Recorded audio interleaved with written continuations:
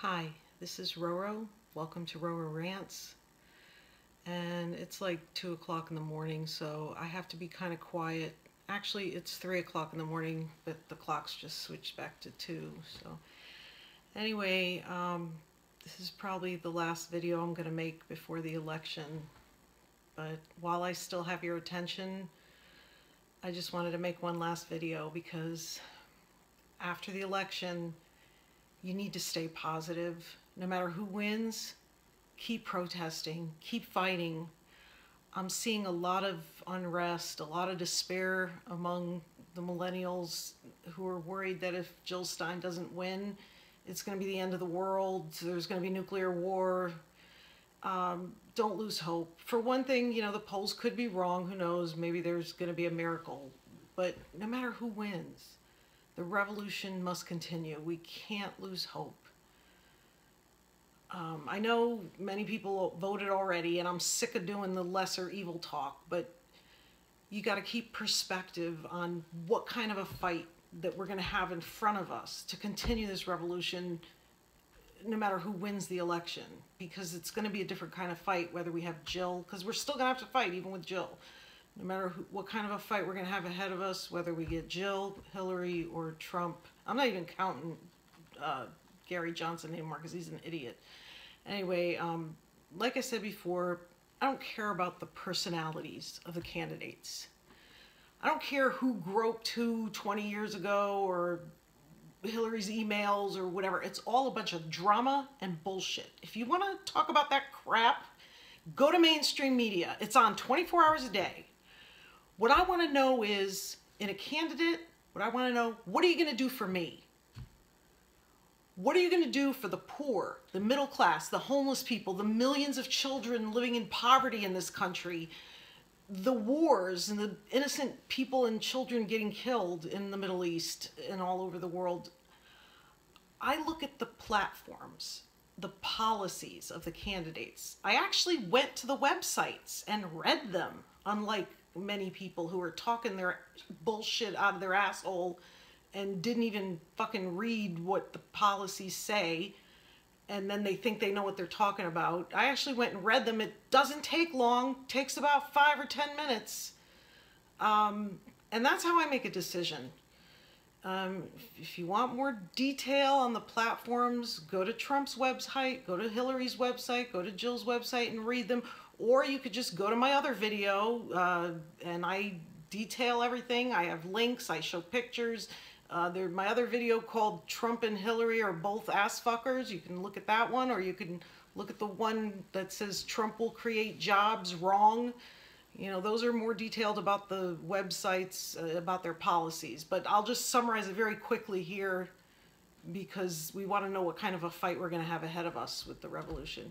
Of course, Jill is the best. She's against the TPP. She's got the plan for the Green New Deal, which is fantastic, to get us all on clean, renewable energy, solar, wind, water, and off of fossil fuels by 2030 to save the planet, to save our species. Because global warming is here. You know, we've hit the global warming milestone that means it may never recover. We've passed the 400 parts per million atmospheric concentration of carbon dioxide. I mean, if you even just walk outside, I live in Maryland and it has been in the 70s. It's fucking November and it's in the 70s. My air conditioner on my car broke. I thought I was going to be able to wait till spring to fix it. I have enough fucking bills. I had to put on a new roof this year. I had to get a new air conditioning in my house. I had to get a new furnace. I've had so many things break down this year. So I figured, okay, my car air conditioner broke. I can fix it next spring. No, it's fucking in the 70s. I thought I was going to be able to, you know, not shave my legs all winter. Wrong. Not going to happen this winter because of fucking global warming. Anyway, so Jill's plan is the best. You know, Trump is the worst. He's for increasing pipelines. He wants more drilling, more fracking on public lands and eminent domain, which means the government can just take anyone's land.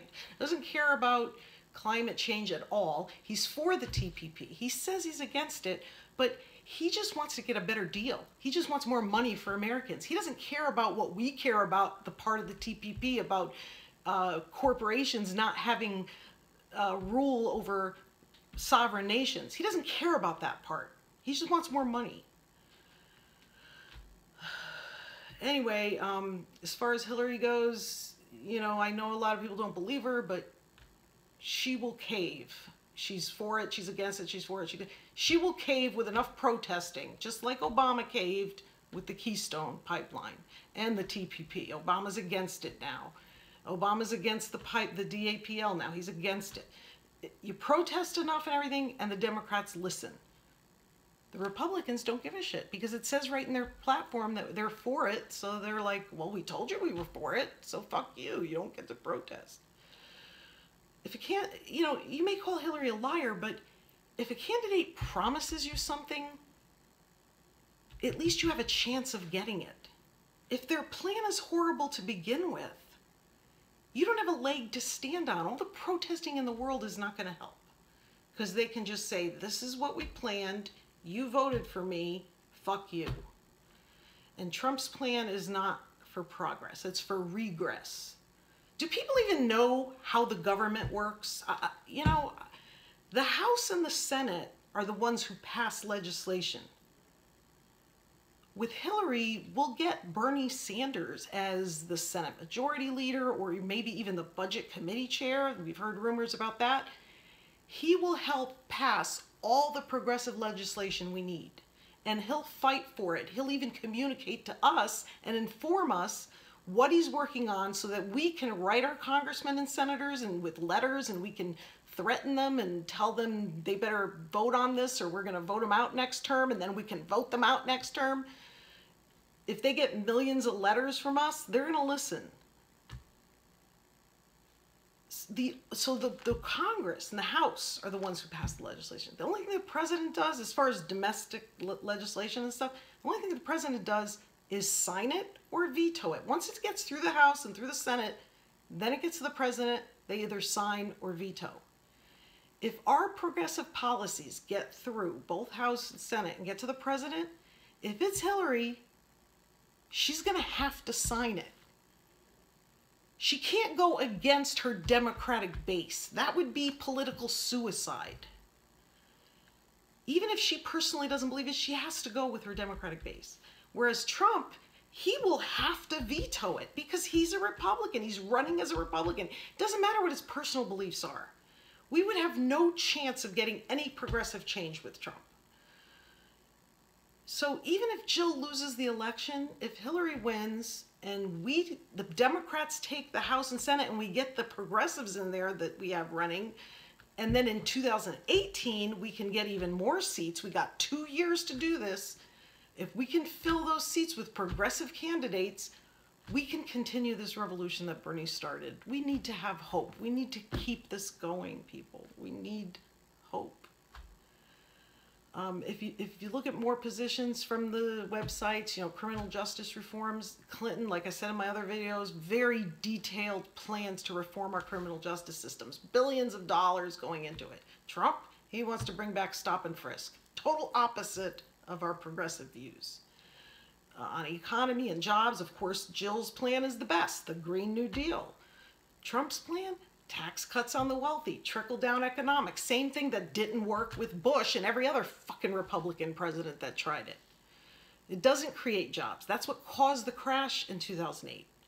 On college, Jill's plan is the best. Free college and erase debt for the student loans that people have now. Hillary's plan, not as good.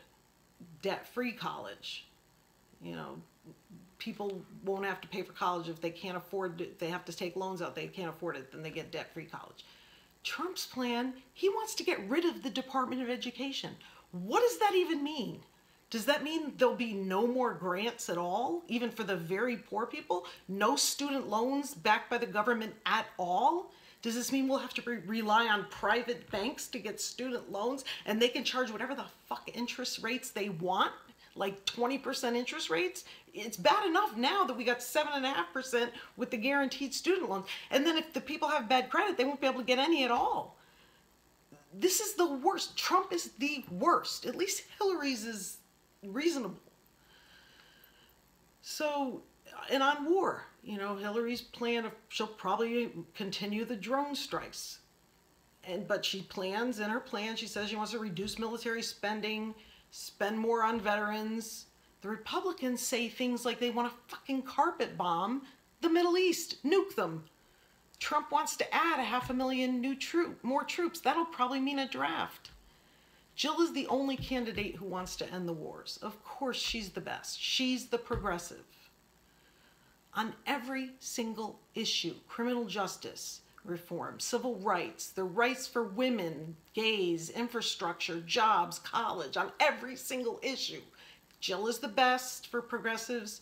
Hillary's not so good, but okay. Trump is the absolute worst on every single fucking issue. There may be one or two things he said that aren't in his platform, by the way, but things he may have said at rallies that sound good. But, you know, even a broken fucking clock is right twice a day.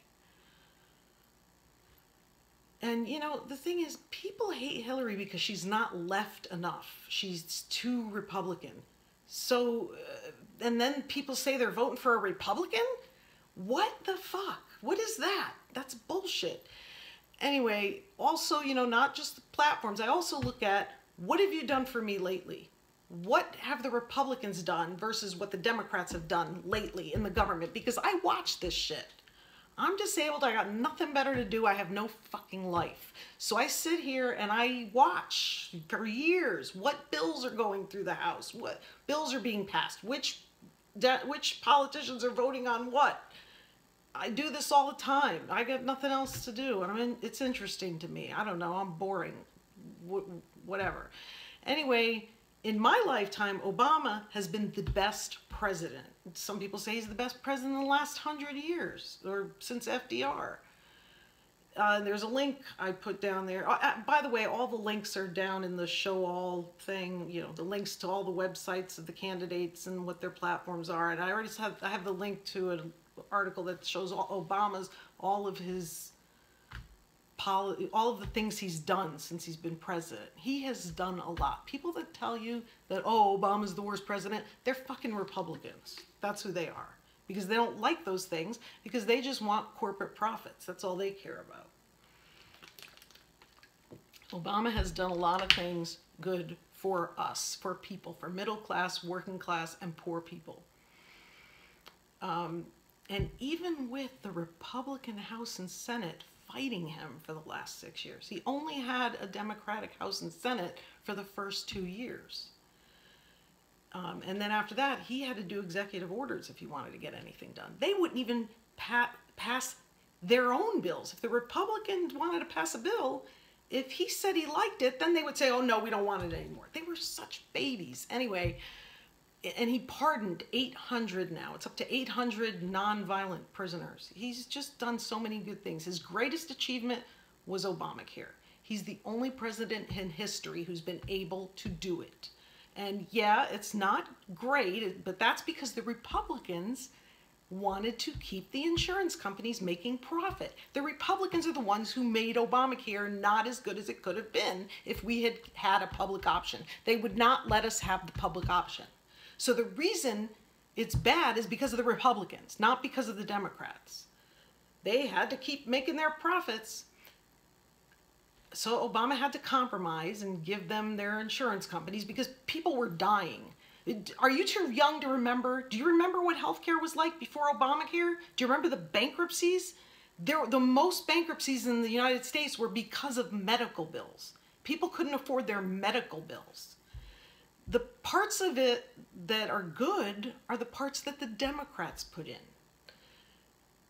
The parts, basically, if you sum them all up, it just says that insurance companies cannot fuck us over anymore. That's the bottom line, because that's what they were doing. They were basically dropping people when they got sick. You know, that was happening. Older people ready to retire, you know, saved a little nest egg for retirement, and then all of a sudden one of them gets cancer, and the insurance company says, oh, you forgot to report that you had a pimple on your ass 20 years ago, so now we're going to drop you because you didn't report that. And then this poor couple, or, oh, well, we changed insurances last year for your job, so now you don't get covered for a year because now it's considered a pre-existing condition. These were the kind of things that were happening. So this poor couple who are like older, ready to retire, okay, they have a choice. Either they use their life savings on treatment because it could cost hundreds of thousands of dollars and people don't have that kind of money, or one of them dies so that the other one doesn't have to live in poverty for the retirement. These are the kinds of decisions people used to have to make before Obamacare, okay? This is how bad it was. It's a horrible decision to have to make. Another thing, kids were not covered if they didn't go to college after they were 18. Now they're covered until they're 26. But back then, 18, you were off. So if your kid went to college, they were covered until they were 22, until they graduated college. But if they got sick at college and had to drop out and come home, and this happened to my son. My son got sick the sophomore year in the fall. And I think it was 2009. 2009. And the part of Obamacare that kicked in, that they would cover kids till they're 26, it was going to be going into effect in December of 2009. And he got sick a couple months before that. And the lady at the school, he went to Virginia Tech, and she said, look, don't have him withdraw from classes yet. Keep him enrolled, and when that policy kicks in for Obamacare, then have him withdraw, and then he'll be covered under the insurance. So if that hadn't kicked in, he would have had a choice of either failing all his classes, and I would have still had to pay tuition, or I spend all my savings and everything and probably would have lost my house and everything to pay his medical bills. How is that fair that a kid goes to college and gets sick and then they're no longer covered? That's fucking bullshit. Another good thing is Obamacare expanded Medicaid to include low-income working families. Before, you only got Medicaid if you were on welfare. If you were like most Americans now that work 3 part-time jobs because no job wants to hire anybody full-time because they have to give them benefits, then you didn't get any health care. You didn't get Medicaid. Now, they expanded all the Medicaid. So these are the kind of things that Obama did. He did that. He did numerous other things. I'm not going to list them all. Go look at the link. What have Republicans done lately in my lifetime? Okay, just recently, this past 6 years, 60 bills trying to repeal Obamacare. That's what they've done with the past 6 fucking years that they've had the House and the Senate. Wasted millions of taxpayer dollars trying to repeal it and have no other plan ready to put in its place. Now, if they had a plan that was better to put in its place, then it would make sense. But they have nothing. They just want the insurance companies to make more profit again. They want to go back to when the insurance companies were fucking us over. They're not making enough money. Oh, that's another thing. The premiums. Another thing of Obamacare is the premiums, insurance companies have to spend 80% of our premiums on health care, so they can only make 20% profit. If they charge you over 80% in premiums, they have to send back that 20%. So that's not enough for them. They want more, and this is probably why the deductibles are going up so much. Because instead of charging us high premiums, they're just charging us high deductibles. So I guess they didn't figure on that. I don't know. But this is how greedy these fucking insurance companies are. Our premiums and deductibles have not gone up because of Obamacare. They've gone up because of corporate greed of the insurance companies. So what else have the Republicans done? Oh, they keep passing these bills to try to take away the women's right to choose. Really? When we have children starving, when we're bombing children in the Middle East, this is what you care about? You call yourself pro-life? What about the babies that are born? You don't care about them being able to eat and are clothed and housed and have health care? This is what they're doing, closing down Planned Parenthood, which also provides health care to women who can't afford it. This is what they've done with this is what the Republicans do. Oh, and they pass these stupid LGBTQ laws, these ridiculous bathroom laws. And what is this fantasy scenario that anti-trans groups are cooking up, that men are willing to go to extraordinary lengths to simply hang out in the bathroom near peeing women? Oh, I'll completely change my life, transition to a new gender at great personal risk and expense, struggle for years to gain the acceptance of my family and friends and coworkers, but secretly, I'm doing it all so that I can stand near the hand dryer in the... Lately, what else have the Republicans done? Bush started the war in the Middle East. I was around back then. I'm old. I remember it. But the Iraq war, he started on false pretenses. The Saudis were responsible for funding 9/11. We just found this out this year. They kept it from us all these years. That's treason. He should be in prison, but he won't, because he probably isn't the one that did it. It's probably the secret government that did it, the double government. So there's some other guy responsible, and he probably is getting in trouble for it, whatever. You know, the Republicans are way more corrupt than Hillary. Newsflash, most politicians are corrupt. The only reason we're finding all these things out is because she's running now. But they're all corrupt. Bush, all the deregulation back then, that's what crashed the economy. That's what the Republicans have done lately. Nothing good. They never do anything good. They don't even get the stocks up. The stocks crashed with them. They don't do anything good. At least before, they fucked over the poor people, but at least they made money for the rich people. Now they don't even do that. They crashed the economy the last time they were in office. Fuck that. They can't do anything right. Anyway, and you know, because of the crash, lost 5 million jobs. That's why we're in the mess we're in now. So for the track record, for my values, for my political beliefs, the Democrats are way better than the Republicans. The Green Party will be definitely much better than both of them, because they will be the party of the people, by the people, for the people. And we will make sure of that with this revolution. We didn't have enough time because Bernie distracted us for the whole year. If we had worked on the Green Party for the whole year instead of Bernie, maybe we would have had it. We would have had Jill be president. Well, we've learned our lesson. Don't try to build a revolution in a counter-revolutionary party. We know better now. So, you know, and these people that call themselves progressive and then say that Trump isn't worse than Hillary, I don't understand that. I mean, what is this make America great again? How exactly does he think he's going to make America great again? When was it great? Back when only the white male was the one who had any rights? Back before the civil rights movement, when we had segregation? Is that what he's referring to? I know he's not talking about making America great like it was back in the prosperity of the middle class of the 50s and 60s, because Trump's plan is nothing like the FDR's New Deal. Jill's plan is like FDR's New Deal. His plan is nothing like the tax plan they had back then, where rich people paid 90% on any income over $500,000, which back then $500,000 was like 5 million is now.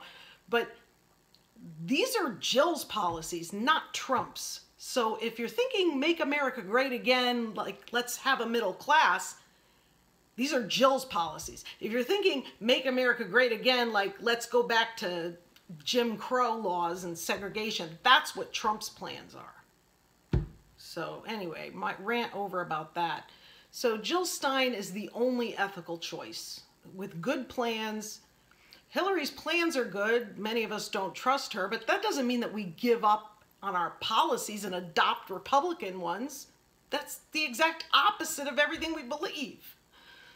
So what do we do after the election? Watch this clip. This is a good clip from Michael Moore. I know he endorsed Hillary, so, you know, he's lost a lot of credibility, but this talks about our revolution.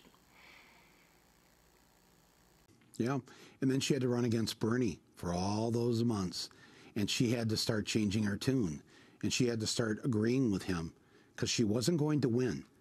You know, even with all their cheating at the DNC, even with all their super delegates, there was a chance he was going to pull this off.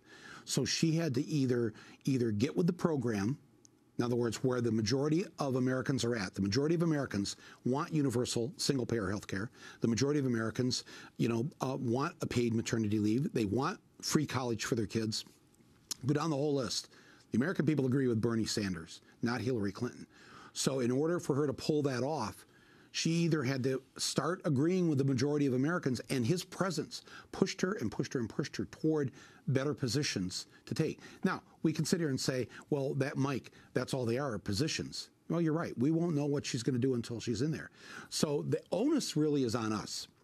On November 9th, if she's elected, on November 9th, the next day, do we, whether it's the Bernie Revolution, whether it's the Green Revolution, whether whoever it is, do we get active right away and make sure that she does the things she says she's going to do?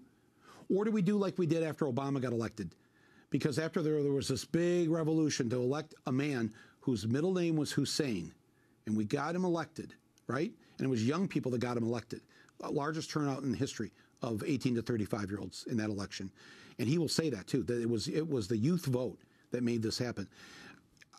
Are we going to sit back? Because we sat back. And what happened a month after Obama's elected? He appoints Timothy Geithner as the Treasury Secretary and Larry Summers as the economic head. It's like, oh, do you remember that feeling? And it's kind of like, oh, geez.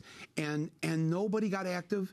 Nobody stayed active. And there was a silence during those 2 years when we had the House and the Senate. And that was a mistake that we, the people, the grassroots, didn't stay active and stay on his case. Instead, he goes up to Capitol Hill and he's all kumbaya with these guys, the Republicans. He wants to get along. Not unusual if you'd read his book. That is who he is. He wasn't phony. That was who he is. But we needed somebody with some boots on that was going to go up there and kick some butt and get some things done, and he didn't do that. And we were silent. And we got active, right? After we lost the House and the Senate, then 2 years later, what happened the next year? Occupy Wall Street. What happened a couple years after that? Black Lives Matter. So movements then began during the Obama years that now are thriving today, whether we call ourselves Occupy Wall Street or not. We changed the whole dynamic here, and the American public understands the 1% versus the 99. So he's right. After Obama won in 2008, we just sat back and stopped protesting, stayed silent, and what happened?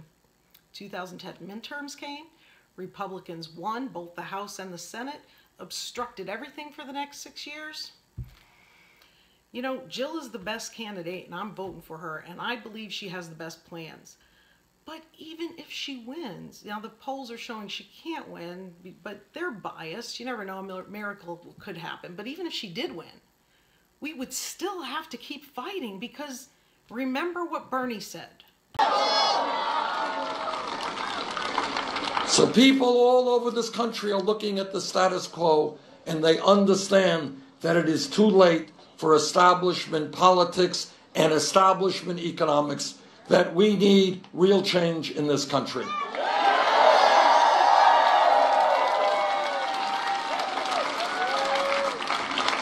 And what people also understand is that no president, not Bernie Sanders or anybody else, can do it alone.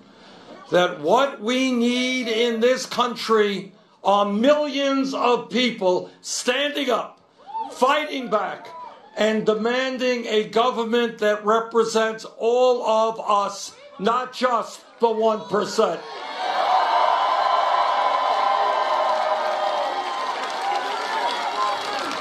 And that is what this campaign is all about. But if Jill loses, don't lose hope. Just like no president can change this country alone, no president can destroy this country alone. There are checks and balances. So we're going to have to fight this revolution no matter who wins. It's just a matter of how hard are we going to have to fight. If Jill wins, we're not going to have to fight that hard. If Hillary wins, we're going to have to fight harder. If Trump wins, we're going to have to fight our asses off. So, well, if Trump gets elected, God help us prepare for the apocalypse. I can't even watch Walking Dead anymore because if you take away the zombies, it's just all too real with the groups forming and them killing each other and cannibalism and... No, but seriously, we can still fight him through the House and the Senate. We can protest him. We can tie his hands. We can vote in a whole progressive House in 2018. It's not the end of the world. And if Hillary wins, we can continue this revolution. We'll have Bernie in there. We'll still put in a new progressive House in 2018. We begin on November 9th. We start on November 9th. And so Bernie will help us. What you got to do is you got to get involved in your local government, in your towns, your states. You got to support the Green Party in your state. Get involved. Start supporting Green candidates for House reps for 2018. Find out who they are. If you don't have them, nominate them. I'm getting emails every day to try to nominate people. Start now. If you have seats, there's 33 of the 100 seats are up for election in 2018. If you're one of those states, start now.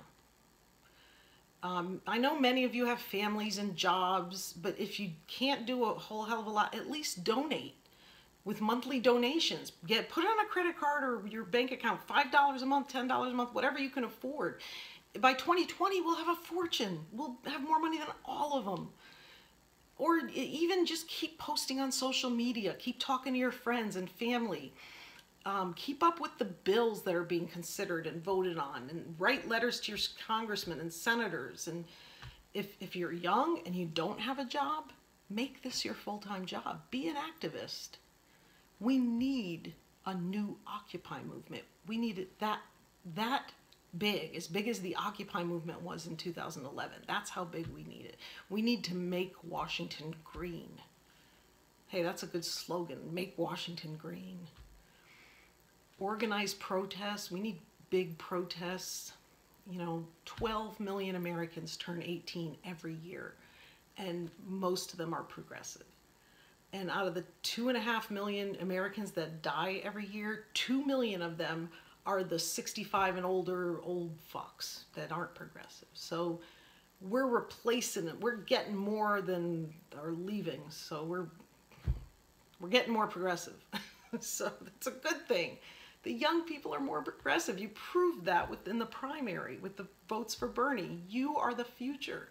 I'm too old and sick, and I need you to do this for my son, for my little grandnieces and nephews, for all the children in the world. Don't give up on us. November 9th, we start no matter who wins. And I'm going to leave you with a song I found tonight that took me back to when I was a little girl. Because, we had problems in the 70s too. And watching the Soul Train every Saturday morning. I used to watch it. Most of you have no idea what I'm talking about. Ask your parents. But I found this song uplifting, so take a listen to this. This is Roro Rants, and I'll see you after the election. Bye-bye.